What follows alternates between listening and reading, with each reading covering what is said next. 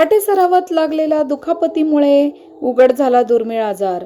पुण्यात 10 वर्षाच्या मुलीच्या स्वादुपिंडातील गाठ यशस्वीरित्या काढली.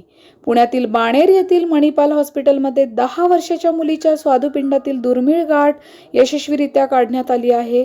विशेष म्हणजे या मुलीला कोणतीही लक्षणे नव्हती. मात्र शाळेत कराटे सरावादरम्यान पोटाला दुखापत झाल्यानंतर तपासणी केली असता तिच्या स्वादुपिंडात सॉलिड स्युडोपापिलरी निओप्लाझम म्हणजेच SPN ही दुर्मिळ गाठ आढळून आली. डॉक्टरांनी केलेल्या तपासणीनंतर शस्त्रक्रियेचा निर्णय घेण्यात आला. मणिपाल हॉस्पिटलमधील सर्जिकल ऑन्कॉलॉजी विभागाचे प्रमुख डॉक्टर अमित पारसनीस आणि त्यांच्या टीमने अत्यंत गुंतागुंतीची सेंट्रल पॅनक्रिएटॉमी ही शस्त्रक्रिया यशस्वीरित्या पार पाडली. या शस्त्रक्रियेमुळे स्वादुपिंडाचा महत्त्वाचा भाग सुरक्षित ठेवण्यात आला आणि मुलीचा जीवही वाचला. सध्या ही मुलगी पूर्णपणे बरी झाली असून ती पुन्हा शाळेत जाऊ लागली आहे आणि सामान्य आयुष्य जगत आहे. डॉक्टरांच्या मते स्वादुपिंडाच्या अशा दुर्मिळ गाठी अनेकदा कोणतीही लक्षणे न देता शरीरात राहू शकतात. त्यामुळे वेळेवर तपासणी आणि तज्ज्ञ डॉक्टरांचे उपचार अत्यंत महत्त्वाचे ठरतात. धन्यवाद. पुणे 24 न्यूज, जयश्री डिंबळे.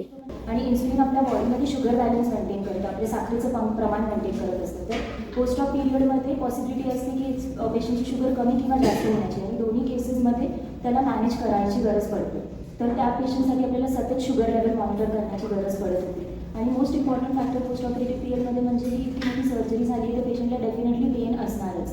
तर ते पेन मॅनेज करणं आणि कसं आपण पेशंटला जेवढं होईल तेवढं कम्फर्टेबल ठेवता येईल हे बघणं. त्याच्या व्यतिरिक्त पेशंटला इन्फेक्शन नाही व्हावं याची काळजी, पेशंटचं युरिन आउटपुट मॉनिटरिंग, लंगडी बघणं, सतत बघत राहणं, पेशंटला योग्य प्रमाणात सलाईन जाणं, पेशंटचं ब्रेन आउटपुट मॉनिटरिंग करणं, हे सगळे इम्पॉर्टंट फॅक्टर्स आहेत. आणि जे आपलं PICU आहे त्याची PICUची जी टीम आहे इन्क्लुडिंग नर्सेस आणि डॉक्टर्स ते सगळे वेल ट्रेन्ड असल्यामुळे जी पोस्ट ऑपरेटिव्ह केअर होती ती आपण योग्य प्रमाणे पेशंटला देऊ शकतो. मी डॉक्टर अमित पारसनीस. मी मणिपाल हॉस्पिटल बाणेर इथे सर्जिकल ऑन्कॉलॉजी म्हणजे कॅन्सर सर्जरी विभागाचा प्रमुख म्हणून काम करतो.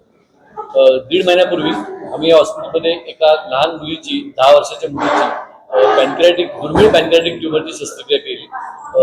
सॉलिटरी स्युडोपॅपिलरी ट्युमर SPN नावाचा हा ट्युमर आहे. हा ट्युमर 10 लाखात एखाद्या व्यक्तीला होतो दरवर्षी, आणि साधारणतः पॅनक्रियाटिक ट्युमर्स मध्ये 1 ते 3% चान्स एवढाच त्याचा ट्युमरचा चान्स आहे. ह्याच्यामध्ये आम्ही त्या मुलीचं पॅनक्रियासचं एक 10 सेंटीमीटरचं ट्युमर काढलं आणि उरलेल्या पॅनक्रियासला आतडं परत जोडून टाकलं.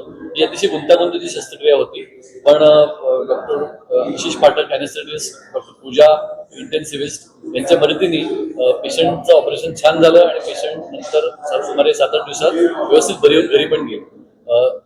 गमतीची गोष्ट म्हणजे या पेशंटला या ट्युमरमुळे काही त्रास नव्हता. शाळेमध्ये कराटे खेळताना पोटाला लाथ लागली आणि दुखलं म्हणून सोनोग्राफी केली, तेव्हा हा ट्युमर तिच्या लक्षात आला.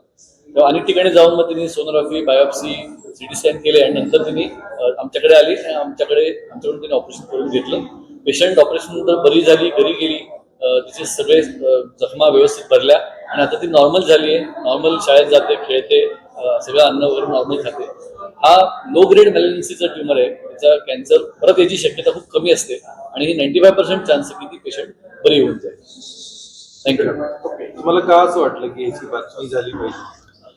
2-3 गोष्टीमुळे. हा खूप रेअर ट्युमर आहे. हा खूप 10 सेंटीमीटरचा मोठा ट्युमर पॅनक्रियासचा आम्ही काढला. रेअर ट्युमर आहे आणि 10 वर्षाच्या मुलीमध्ये हा झाला. याच्यापूर्वी साधारणतः एकच केस रिपोर्टेड आहे. त्या पेशंटचं वय 8 वर्ष होतं. त्यामुळे भारतामध्ये probably second youngest child to have this tumour. आणि मणिपाल हॉस्पिटलमध्ये एक टीम मॅनेजमेंट आणि सगळ्यांच्या मदतीने एक गुंतागुंतीची केस चांगल्या रीतीने मॅनेज झाली, हे लोकांपर्यंत पोहोचावं म्हणून आम्हाला असं वाटलं की सगळ्यांना सांगावं.